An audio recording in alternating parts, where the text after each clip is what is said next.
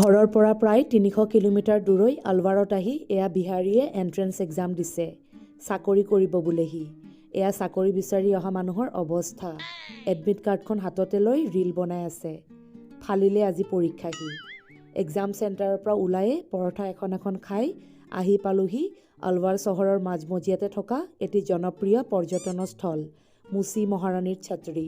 ৰাজস্থানৰ আলৱাৰ চহৰৰ সাগৰ হ্ৰদৰ ওচৰত আছে এই সুন্দৰ স্মাৰকটো, যিটো মহাৰাজা বখতুৱাৰ সিং আৰু তেওঁৰ ৰাণী মুচিৰ স্মৃতিত উৎসৰ্গিত।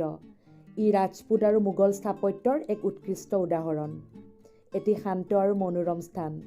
ইয়াত হৰিণা পহুবোৰ ইমান মুক্ত মনে বিচৰণ কৰি থকা দৃশ্যই ইয়াত থকা প্ৰতিজনৰে মনবোৰ বাৰুকৈ আকৰ্ষিত কৰি তুলিছে।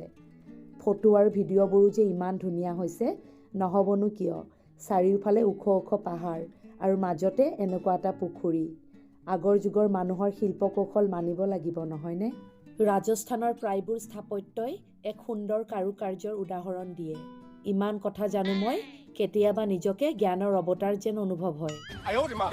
ইমান ধুনীয়াকৈ মুখস্থ মাৰি মই কথাখিনি কৈছোঁ, আপোনালোকে লাইক এটাটো মাৰি দিব পাৰে।